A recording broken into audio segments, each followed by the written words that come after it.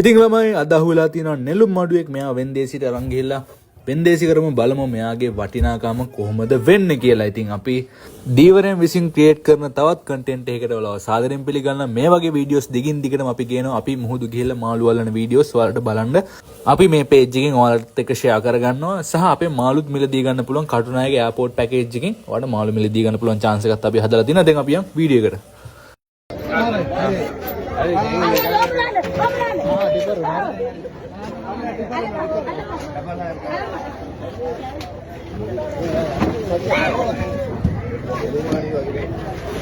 Bisal telime. Isi pandai. Tiskai. Tisdai. Tisekai. 20,000න් පටන් ගත්ත ලන්සුව අන්තිමට 35,000න් ඉවර වුණා මඩුවා වික්කේ 35,000කට.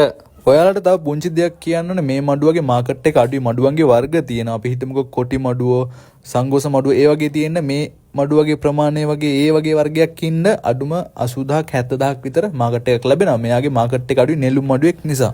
එතකොට ඔයාලට හිතෙන්න පුළුවන් ඇයි මේ මඩුවට විතරක් එහෙම කියලා. මේ මඩුවක් කපපුවාම මස් එක නිකන් ජොල් ජොල් වගේ ජෙලි ගතියට තියෙන නිසායි ගොඩක් මේ මඩුවගේ මාකට් එක අඩු වෙලා තියෙන්නේ.